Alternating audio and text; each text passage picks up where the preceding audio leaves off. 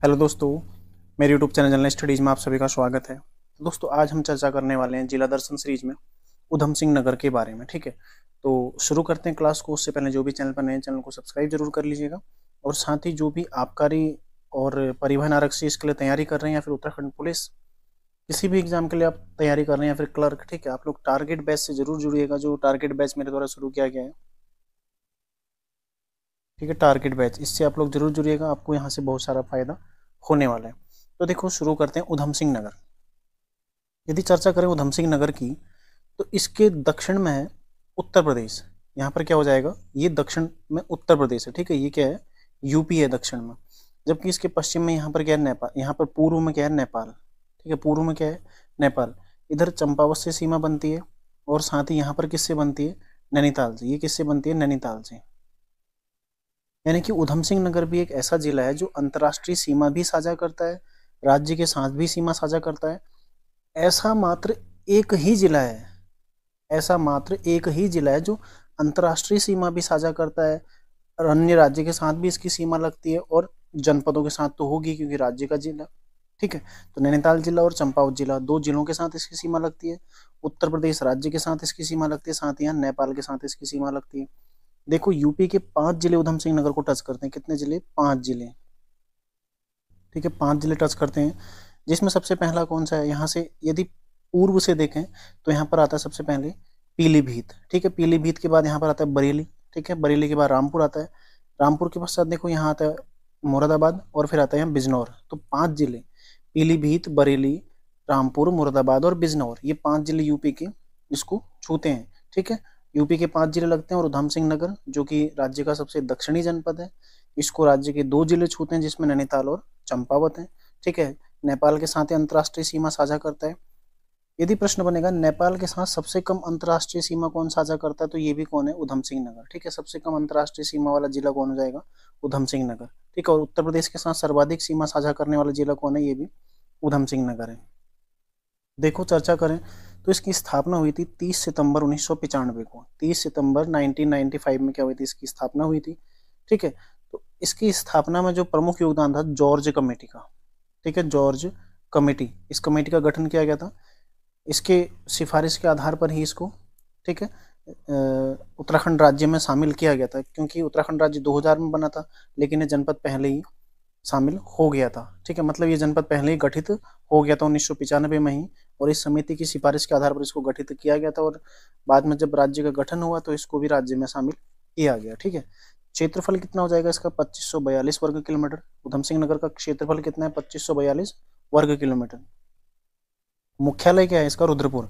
देखो, आप जितने भी जिले पढ़ोगे, सबके जिले, सबके जो मुख्यालय हैं जिले के नाम से होंगे।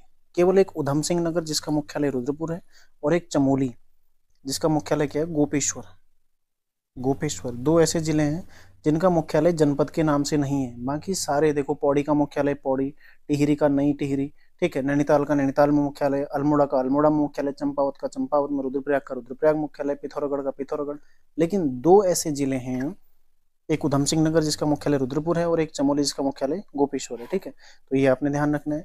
राज्य का सबसे दक्षिणी ये जिला है, और साथ ही मध्यकाल यानी कि चंद्रकाल में इसे 84 माल या फिर 9 लखिया माल कहा जाता था। इसकी मतलब यहाँ से जो इनकम होती थी, 9 लाख रुपए इसमें से इनकम होती थी। वो हम चंद्रकाल जो पढ़ रहे हैं वहां पर मैं आपको ये समझा चुका हूँ। ठीक है, अब शुरू करते हैं। देखो, प्रशासनिक ढांचा। प्रशासनिक ढांचा यदि बुकों में देखें तो कुल 8 तहसीलें इसकी दी गई हैं, जिसमें काशीपुर, किच्छा, बाजपुर, खटीमा, सितारगंज, गदरपुर, जसपुर और रुद्रपुर। ठीक है, 8 तहसीलें इसमें किताबों में दी गई। लेकिन यदि आप इसकी जिले की वेबसाइट पर जाते हो, वहां पर 9वीं तहसील भी एक दे रखी है, जिसमें कौन सी है, नानक मत्ता।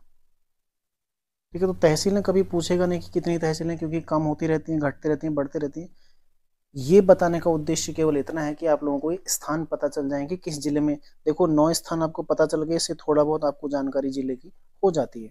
ठीक है, देखो विकास खंड कितने हैं यहाँ पर, 7 विकास खंड यहाँ पर, गलत टाइप होगा। ठीक है, इसको आप लोग सुधार लीजिएगा। 7 विकास खंड है, जिसमें जसपुर, काशीपुर, बाजपुर, गदरपुर, रुद्रपुर, नानकमत्ता और खटीमा, कुल कितने हैं, 7 विकास खंड है। नगर निकाय हैं 16, तो 16 नगर निकाय हैं। तो राज्य में सर्वाधिक नगर निकाय वाला जिला कौन सा है, उधम सिंह नगर है। ठीक है, तो इसमें 7 नगर पंचायत हैं, जिसमें शक्तिगढ़ है, नानकमत्ता है, दिनेशपुर है, गुलर भोज है, सुल्तानपुर पट्टी है, महुआ खेड़ा गंज और महुआ डाबरा। ये 7 क्या यहाँ की नगर पंचायत है। नगर पालिका यदि देखें, खटीमा, सितारगंज, किच्छा, गदरपुर, केलाखेड़ा, बाजपुर और जसपुर, यहाँ पर 7 नगर पालिकाएं हैं। साथ ही 2 नगर निगम भी, जिसमें रुद्रपुर और काशीपुर, 2 नगर निगम रुद्रपुर और काशीपुर हैं। ठीक है, तो उधम सिंह नगर भी एक ऐसा जिला है जहाँ 2 नगर निगम है। इसके अलावा पौड़ी में 2 नगर निगम है, हरिद्वार में 2 नगर निगम है। ठीक है, तो ये भी आपने ध्यान रखना। देखो उधम सिंह नगर में कौन कौन से हैं, काशीपुर और रुद्रपुर। देहरादून में भी 2 नगर निगम है, जिसमें एक ऋषिकेश आता है और एक देहरादून आता है। साथ ही नैनीताल में एक नगर निगम है जो कि हल्द्वानी है। हल्द्वानी और काठगोदाम का संयुक्त रूप है। अगला देखो, काशीपुर एवं रुद्रपुर को वर्ष 2013 में नगर निगम का दर्जा दिया गया था। ये फैक्ट भी आपसे पूछा जा सकता है कभी। 2013 में इनका कभी कभी ना मिलाने के लिए क्रम आ जाता है, कब किसको दिया गया। तो 2013 में काशीपुर और रुद्रपुर को नगर निगम का दर्जा दिया गया था। इससे पूर्व ये दोनों ही नगर पालिका थे, जिसमें रुद्रपुर नगर पालिका की स्थापना 1942 में महत्वपूर्ण है तथा काशीपुर नगर पालिका की स्थापना 1872 में की गई थी। तो दोनों आपने ध्यान रखने। ठीक है, देखो इसका पीडीएफ आपको नीचे, मैं आपको डिस्क्रिप्शन में इसका लिंक दे दूंगा, और पिछली क्लासेज का भी मैंने डिस्क्रिप्शन में लिंक दिया हुआ है। जो मैंने तीनों जिला दर्शन कराए हैं उनका लिंक मैंने वहाँ पर दे रखा है। आप लोग वहाँ से पीडीएफ डाउनलोड करके उसको रिवीजन की दृष्टि से आप लोग देख सकते हैं। अगला देखो, उधम सिंह नगर राज्य में सर्वाधिक नगर निकायों वाला जिला है। कितने हैं यहाँ पर? 16 हम चर्चा कर चुके हैं। विधानसभा सीटें कितनी हैं यहाँ पर? 9 विधानसभा सीटें हैं। ठीक है, कितनी विधानसभा सीटें हैं? 9, जिसमें एक बाजपुर विधानसभा सीट है जो एससी के लिए रिजर्व है, नानकमत्ता सीट एसटी के लिए रिजर्व है। ठीक है, बाजपुर एससी के लिए रिजर्व है, नानकमत्ता सीट एसटी के लिए। बाकी जसपुर, काशीपुर, किच्छा, सितारगंज, गदरपुर, खटीमा और रुद्रपुर। तो ध्यान रखिएगा, कुल 9 विधानसभा सीटें हैं, जिसमें से बाजपुर एससी के लिए यानी कि अनुसूचित जाति के लिए, और नानकमत्ता एसटी के लिए यानी कि अनुसूचित जनजाति के लिए। ठीक है, और रिजर्वेशन किसके तहत होता है? अनुच्छेद 332, भारतीय संविधान के अनुच्छेद 332 के तहत ये 2 सीटें यहाँ पर रिजर्व हैं उधम सिंह नगर में, जो कि एससी और एसटी के लिए हैं। ठीक है, यदि चर्चा करें बाजपुर से विधायक कौन है अभी? यशपाल आर्य। आप लोग नोट कर लीजिए, मैं फटाफट इन्हें बोल देता हूँ। ठीक है, बाजपुर से कौन है? देखो यशपाल आर्य हैं। नानकमत्ता से कौन है? गोपाल सिंह राणा। नानकमत्ता से कौन है? गोपाल सिंह राणा। बाजपुर से हैं यशपाल आर्य, नानकमत्ता से हैं देखो गोपाल सिंह राणा। जसपुर से कौन है? आदेश सिंह चौहान। जसपुर से कौन हो जाएंगे? आदेश सिंह चौहान। ठीक है, आदेश सिंह चौहान। काशीपुर से कौन है? त्रिलोक सिंह चीमा। काशीपुर से कौन हो जाएंगे? त्रिलोक सिंह चीमा। इसके अलावा किच्छा से कौन है? तिलक राज बेहड़। किच्छा से कौन हो जाएंगे? तिलक राज बेहड़।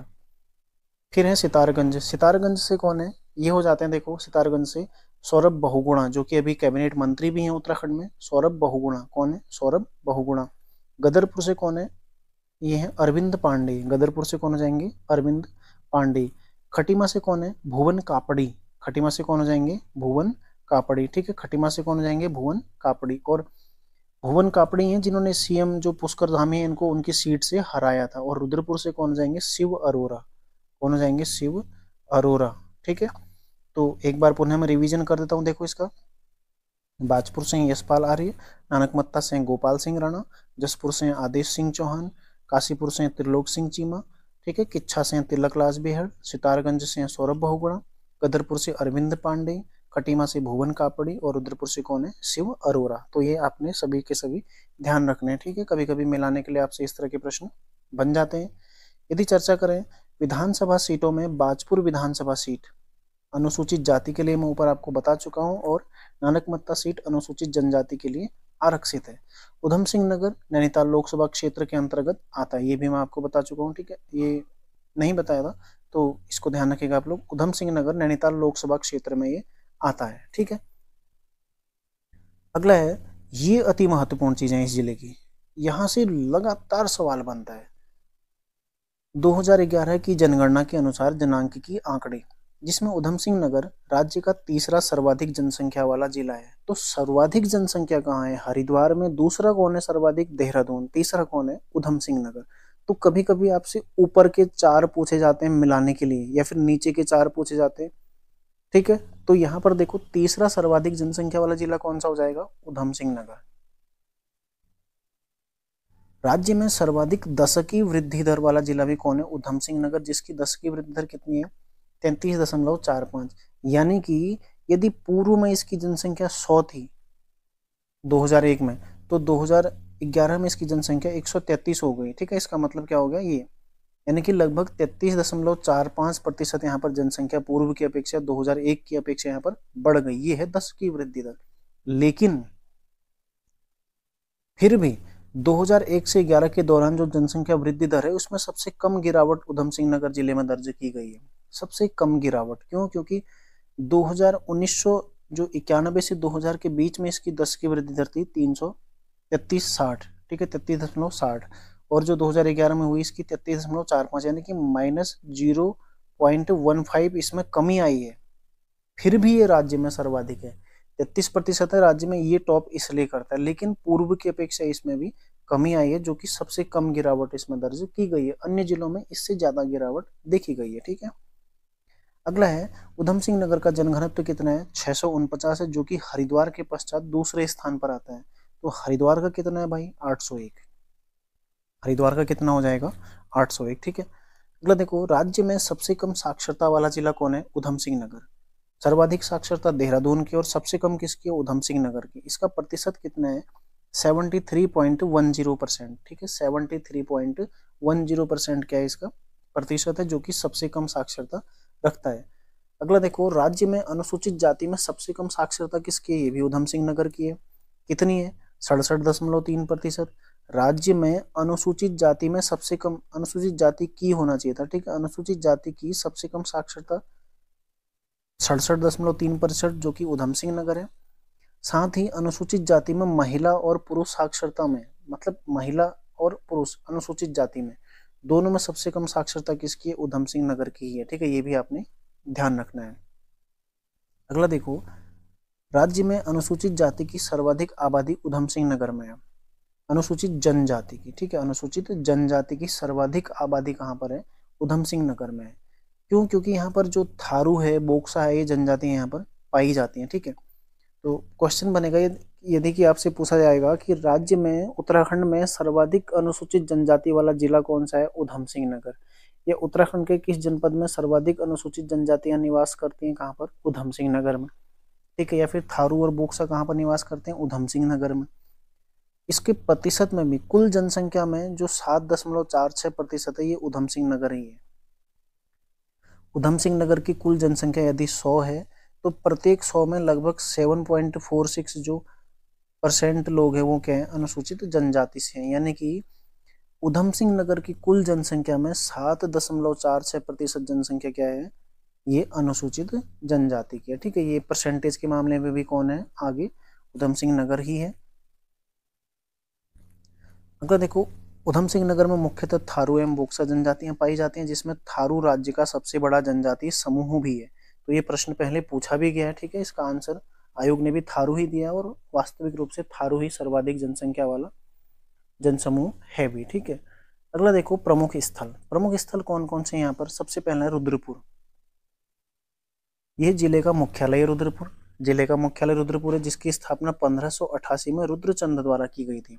अभी हम जब उत्तराखंड चंद इतिहास पढ़ रहे थे, यहाँ पर जो टारगेट बैच है वहां पर मैंने आप लोगों को बताया था कि 1587 तक है रुद्रचंद स्वतंत्र राजा था, लेकिन उसके पश्चात उसने अकबर की अधीनता स्वीकार करी थी। ठीक है, और अकबर ने उसको जो तराई क्षेत्र है वो प्रदान किया था। जब तराई क्षेत्र प्रदान किया गया तो 1588 में वहां पर उसने रुद्रपुर नगर की स्थापना की थी। ठीक है, यह कुमाऊं क्षेत्र का सबसे बड़ा नगर है। अटरिया देवी मंदिर कहाँ पर है? रुद्रपुर में ही स्थित है। तो रुद्रपुर आपका कंप्लीट हो गया। अगला है देखो, नानक मत्ता साहिब। नानक मत्ता साहिब कहाँ पर आता है? उधम सिंह नगर में आता है। जो सिख हैं, सिखों का एक प्रमुख गुरुद्वारा है नानक मत्ता साहिब। तो 4 गुरुद्वारे मैंने आपको पिछली क्लास में बताए थे। चंपावत में मीठा रीठा साहिब, देहरादून में झंडा साहिब, ठीक है, और साथ ही जो उधम सिंह नगर है यहाँ पर नानक मत्ता साहिब, और चमोली में हेमकुंड साहिब। ये चारों आपने ध्यान रखने। नानक मत्ता साहिब यह सिखों का एक प्रसिद्ध स्थल है, जिसका प्राचीन नाम क्या था? बक्सी था। बक्सी, ठीक है, बख्शी नहीं, बक्सी। इसी के समीप नंधौर नदी पर नानक सागर बांध भी निर्मित है। अगला है काशीपुर। काशीपुर की स्थापना 1639 में काशीनाथ द्वारा की गई थी, जो कि बाज बहादुर चंद का एक अधिकारी था। ये अभी हम जब टारगेट बैच पढ़ रहे हैं वहां पर चंद्रकालीन मैंने आपको बताया था। इसे उत्तराखंड में उद्योगों की काशी भी कहा जाता है, क्योंकि यहाँ पर उद्योगों की शुरुआत जो उत्तराखंड में मानी जाती है, कहाँ से मानी जाती है, काशीपुर से ही मानी जाती है। ठीक है, इसके अलावा देखो वेनसांग द्वारा इसे गोविशाण के रूप में संबोधित किया गया है। हर्ष के पश्चात का जब हमने समय देखा था टारगेट बैच में भी, तो वहां पर हमने देखा था कि 3 यहाँ पर राज्य थे, एक शत्रुघ्न नगर, दूसरा ब्रह्मपुर, तीसरा गोविशाण। तो उस गोविशाण का वर्तमान नाम क्या है, काशीपुर है। ठीक है, यहाँ पर इसकी राजधानी क्या थी, उज्जैन। तो उज्जैन का किला कहाँ पर बताया था मैंने आपको, काशीपुर में ही बताया था। इसके अलावा देखो राज्य की सबसे पुरानी सूती वस्त्र मिल कहाँ पर स्थापित है, काशीपुर में। ये प्रश्न कई बार पूछा गया पहले। काशीपुर में ही द्रोण सागर, उज्जैन का किला, उज्जैनी देवी या बालासुंदरी मंदिर और गिरी सरोवर, ये सब कहाँ है, काशीपुर में ही स्थित है। काशीपुर में ही राज्य सरकार द्वारा एरोमा पार्क, अभी किसी परीक्षा में ही बना हुआ था सवाल, शायद ईयू के एग्जाम में मिलाने के लिए पूछ रखा था, एरोमा पार्क कहाँ पर स्थापित किया जा रहा है, काशीपुर में। और हिमालयन फूड पार्क, ये भी पहले प्रश्न बन चुका है। ठीक है, हिमालयन फूड पार्क की स्थापना भी कहाँ पर हो रही है, काशीपुर में ही की जा रही है, तो ध्यान रखिएगा। अगला है देखो जसपुर। जसपुर का प्राचीन नाम क्या था, शाह जाफर या फिर सहजगीर। जसपुर का प्राचीन नाम क्या था, शाह जाफर या सहजगीर। ये भी उधम सिंह नगर का हिस्सा है। देखो जहां पर भी तुम्हें पुर मिलेगा, ज्यादातर पुर कहाँ पर है, उधम सिंह नगर में। और जहां पर भी आपको वाला मिलेगा तो वाला लगभग कहाँ मिलेंगे आपको, देहरादून में। ठीक है, देहरादून में आपको कई सारे वाला मिल जाएंगे, उधम सिंह नगर में आपको कई सारे पुर, रुद्रपुर, जसपुर, बाजपुर, काशीपुर। ठीक है, तो ये सब जो पुर लगाए जिनमें कहाँ पर है, उधम सिंह नगर में। तो देखो बाजपुर। बाजपुर नगर की स्थापना किसने की थी, बाज बहादुर चंद ने। कब की थी, 1665 में। 1665 में की थी बाज बहादुर चंद ने, जिसका प्राचीन नाम क्या था, मुंडिया या फिर मुंडिया भी कहीं कहीं पर इसका प्राचीन नाम मिलता है, मुंडिया या मुड़िया। ठीक है, बाजपुर नगर जो कि उधम सिंह नगर में ही स्थित है। खटीमा देखो, खटीमा उधम सिंह नगर का ही हिस्सा है। ठीक है, यह उत्तराखंड का सबसे दक्षिणी विकास खंड है। सबसे दक्षिणी विकास खंड कौन सा है, खटीमा, जहां मुख्यतः थारू जनजाति के लोग निवास करते हैं। ठीक है, प्राचीन नाम क्या था इसका, मकरपुर था। तो प्राचीन नाम कभी कभी पूछ लिए जाते हैं, यदि आपसे पूछेगा कि खटीमा का प्राचीन नाम क्या था, तो क्या हो जाएगा, मकरपुर हो जाएगा। अगला देखो किच्छा। किच्छा का प्राचीन नाम क्या है, किलपुरी या फिर दरऊ। ठीक है, किलपुरी या दरऊ किच्छा का प्राचीन नाम था, जो गोला नदी के तट पर बसा हुआ है। ठीक है, किच्छा कहाँ पर बसा हुआ है, गोला नदी के तट पर बसा हुआ है। इसके अलावा देखो यहाँ पर यदि आप इंडस्ट्रियल एरिया देखते हैं, उसमें रुद्रपुर स्वयं और साथ ही एक है सितारगंज। ठीक है, सितारगंज, ये दोनों क्या है यहाँ पर प्रमुख इंडस्ट्रियल एरिया है। और इसमें सर्वाधिक जो फेमस है कौन सा है, सितारगंज। ठीक है, जो टाटा कंपनी है उसका कहाँ पर है, ये भी पंतनगर में ही है। पंतनगर रुद्रपुर में ही आता है, मतलब उधम सिंह नगर में आता है। अगला देखो जिले से संबंधित अन्य विविध तथ्य। उत्तराखंड का एकमात्र ऐसा जिला है जिसका विस्तार पूर्णतः तराई क्षेत्र में है। अब तराई में है तो यहाँ पर क्या मिलेंगे, पाताल तोड़ कुएं। अब आपको सीधा देखो मैंने जो बताया था वो आपको यहाँ पर ध्यान आ गया होगा। ठीक है, पाताल तोड़ कुएं कहाँ पर मिल जाएंगे, यदि तराई है तो तराई में पाताल तोड़ कुएं मिलते हैं। ठीक है, तो ये आपने ध्यान रखना है। आप लोग यदि देखो जो नए बच्चे हैं, आप लोग टारगेट बेस से जरूर जुड़िएगा। ठीक है, आपके पढ़ने का नजरिया बदलेगा, उत्तराखंड को समझने का तरीका आपका और बेहतर हो जाएगा। मतलब कोई बाध्यता नहीं है, लेकिन हाँ जो चाहते हैं वो अच्छी तैयारी करना चाहते हैं, उसमें एक एक चीज बेहतरीन ढंग से मेरे द्वारा समझाने का प्रयास किया जा रहा है। यदि आप लोगों को अच्छा लगता है तो आप लोग वहाँ पर क्लासेस देख सकते हैं।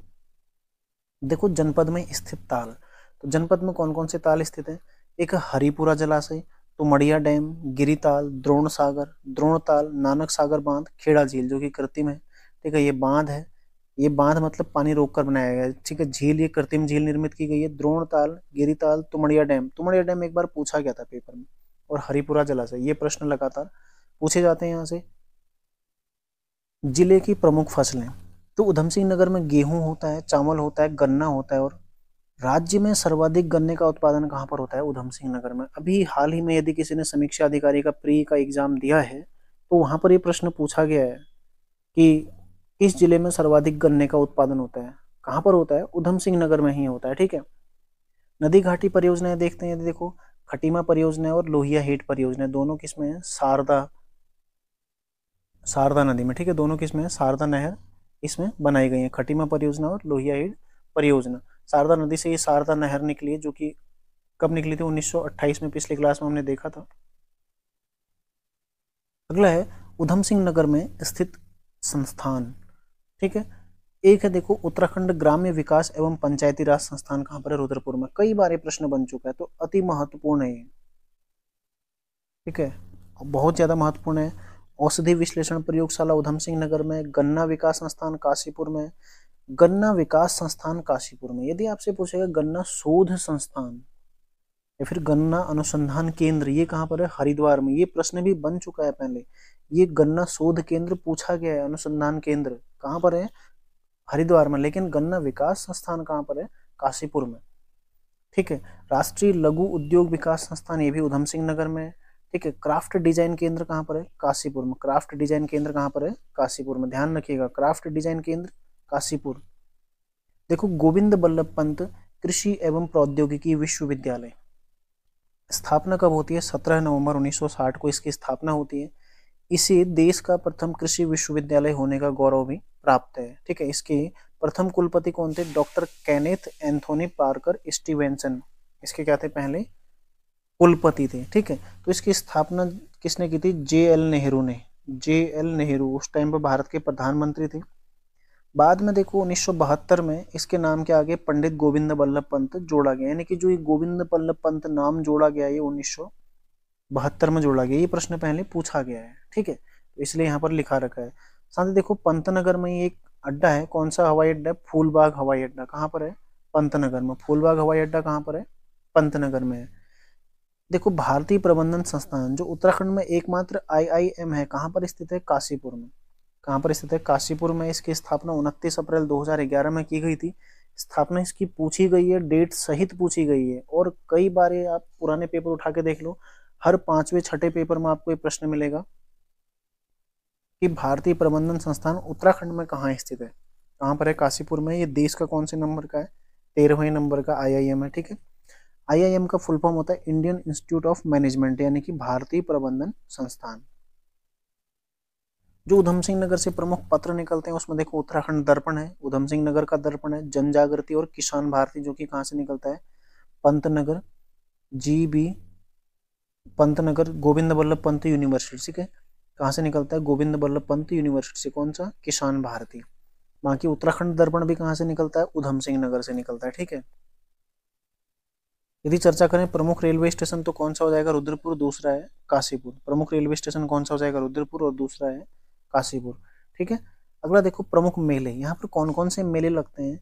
यदि मेलों की चर्चा करें तो उनमें अटरिया मेला है सबसे पहले, जो कि रुद्रपुर में लगता है। दूसरा चैती या फिर बाला सुंदरी मेला, जो कि काशीपुर रुद्रपुर में, काशीपुर उधम सिंह नगर में लगता है, ठीक है।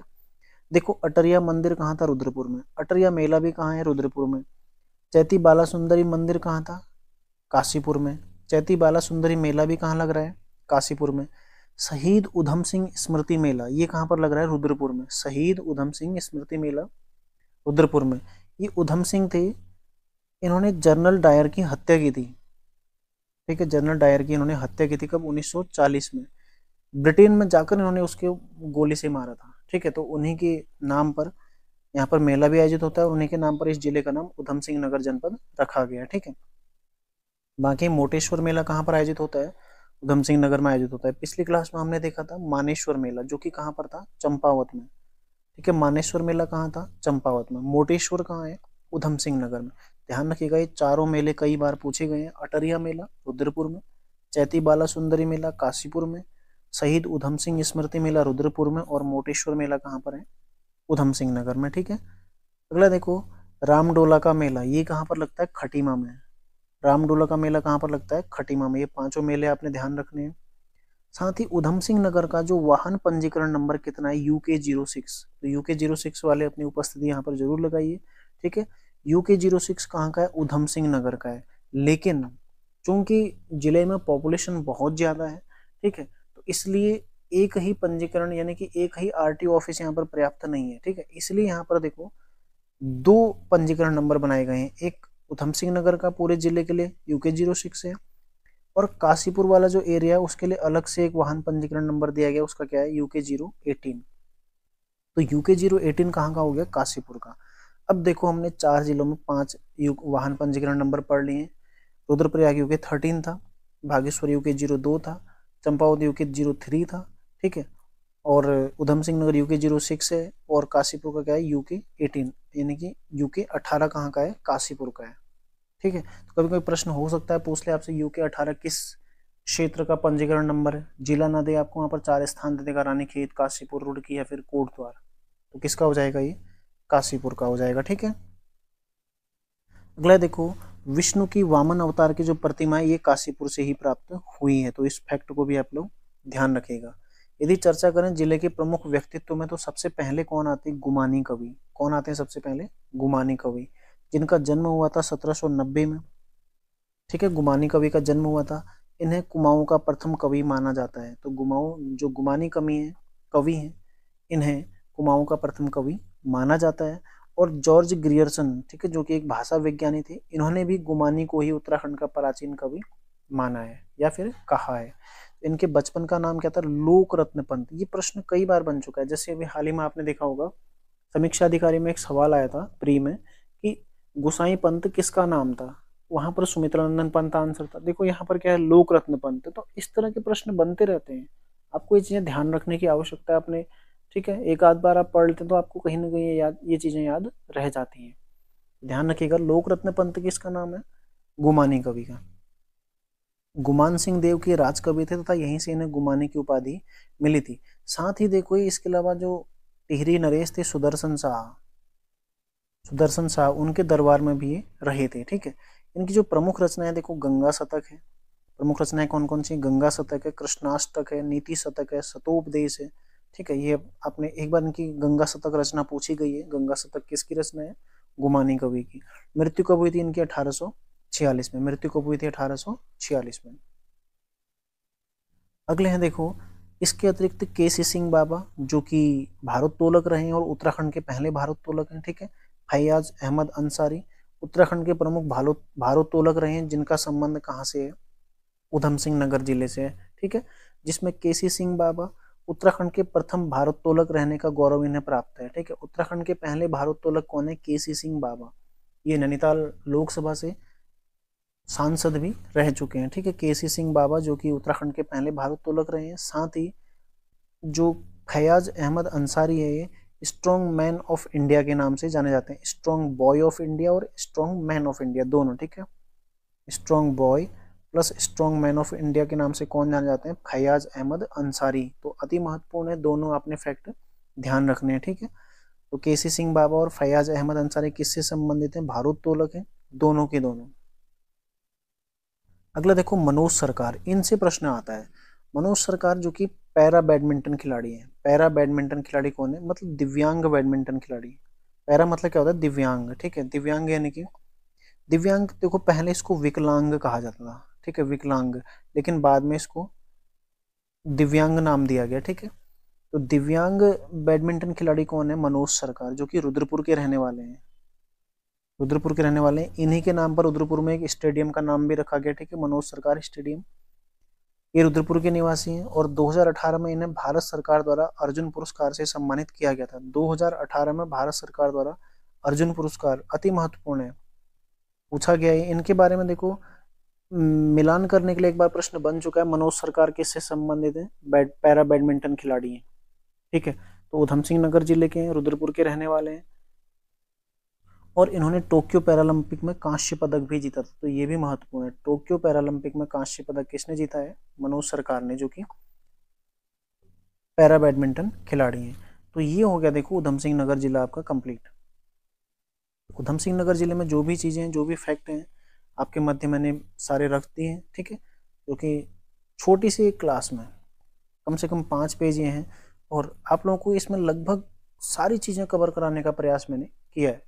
और साथ ही जो अन्य क्लासें मेरे द्वारा अन्य जिलों की दी गई है, वहां पर भी आपको लगभग सारे फैक्ट कवर कराने का प्रयास किया गया, ताकि आपकी जो तैयारी है वो बेहतर हो सके, आप सही चीजें पढ़ सकें, ठीक है। ये सब फैक्ट वाइज देखो, इसमें आपको जो चीज समझानी थी वो मैं समझा भी चुका हूँ, साथ ही जो चीज आपके जो समझानी नहीं है, ठीक है, केवल फैक्ट आपको देखना है, तो आप लोग नोट कर रहे हैं तो बेहतर है। यदि आप लोग क्लास के साथ साथ नोट नहीं भी करते हैं, जो नए बच्चे हैं, जो पहली बार तैयारी कर रहे हैं, जिन्होंने आगे पुलिस का एग्जाम भी देना है, जिन्होंने आगे क्लर्क का एग्जाम भी देना है, तो आप लोग इसको पीडीएफ लेकर इसको लिख लीजिए, नोट करिए इसको, ठीक है। तो नोट करने से आपको फायदा होगा,